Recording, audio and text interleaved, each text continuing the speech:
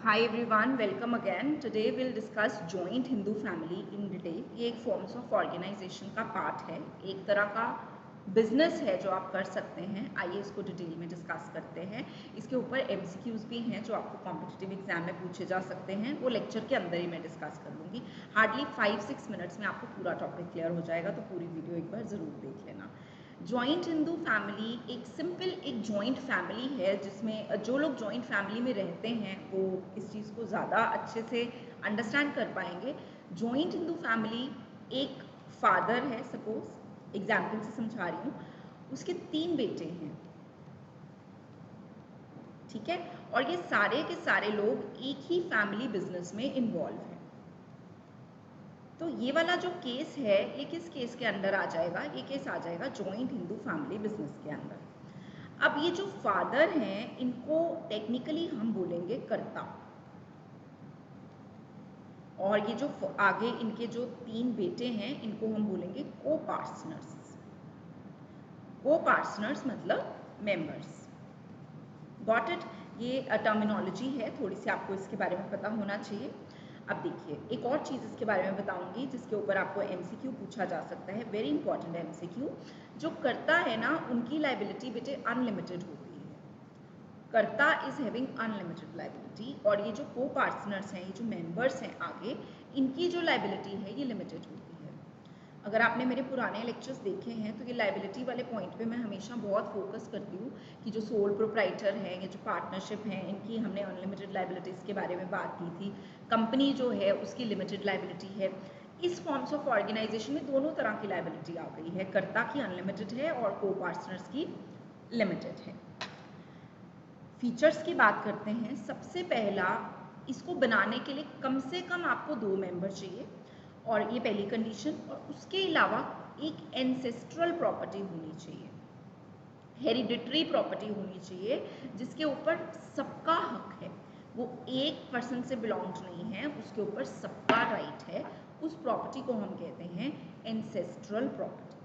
सो अगर ये दोनों कंडीशन सेटिस्फाई हैं तभी जॉइंट हिंदू फैमिली बिजनेस की कंसिडरेशन होती है, अदरवाइज नहीं.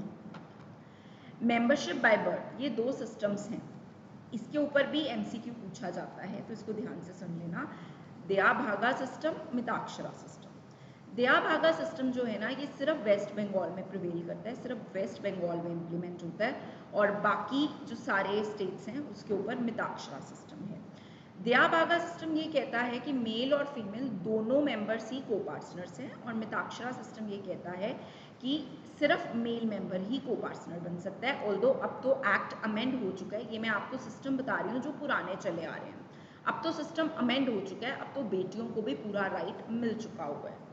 अब बेटियों को और बेटों को इक्वल राइट है. लेकिन अगर आपको पेपर में पूछा जाता है कि ये सिस्टम्स जब बने थे तो वो सिस्टम्स क्या थे, तो वो आपको पता होना चाहिए. दया भागा में मेल फीमेल दोनों को मिलता था, दाक्षरा में सिर्फ मेल को मिलता था. ये मैं ऑलरेडी आपको बता चुकी हूँ कि जो कर्ता है उनकी लाइबिलिटी अनलिमिटेड है, और जो बाकी सारे मेंबर्स हैं उनकी लाइबिलिटी लिमिटेड है.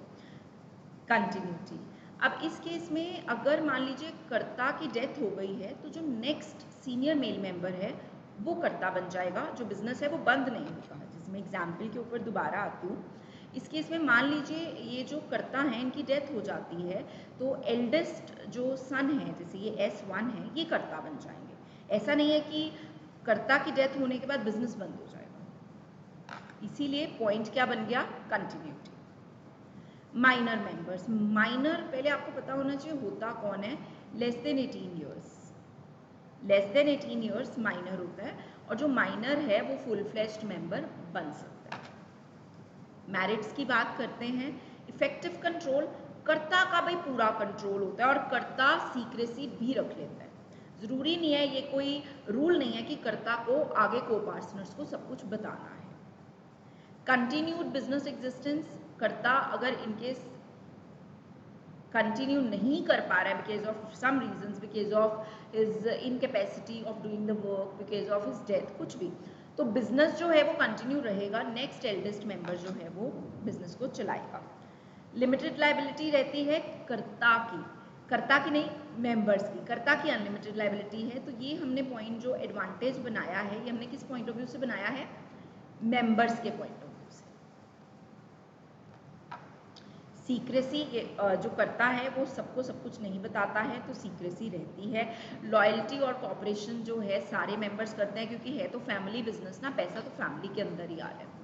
लिमिटेशन में लिमिटेड कैपिटल है, एंसेस्ट्रल प्रॉपर्टी के बाहर का कोई बंदा तो है नहीं, जो अपनी अपनी एक लिमिटेड सी कैपिटल है वही रहती है, तो शॉर्टेज ऑफ कैपिटल कई बार फेस करना पड़ता है। कर्ता की लाइबिलिटी अनलिमिटेड है, ये एक डिसएडवांटेज है।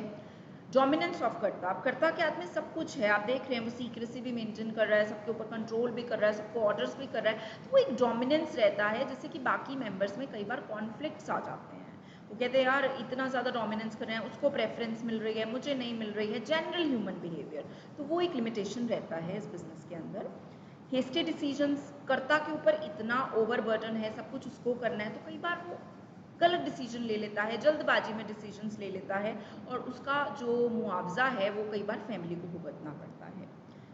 लिमिटेड मैनेजरियल स्किल्स ऑफ कर्ता, अब लिमिटेड मैनेजरियल स्किल्स हैं कर्ता की, कितना को वो कर लेगा, बहुत बड़े बड़े इंस्टीट्यूट से पढ़ के तो वो आए नहीं हुए हैं, मोरोवर उन्होंने सीक्रेसी रखी हुई है, उनकी डोमिनेंस है, और बाकी सारे जो सन जो अंदर उसके जो बेटे हैं, जैसे हमने एग्जाम्पल में बात की, सबको मिलाकर भी अगर मैं बात करूं तो लिमिटेड मैनेजरियल स्किल्स की वजह से हम बहुत ज़्यादा एक्सपैंड नहीं कर सकते हैं बिजनेस को।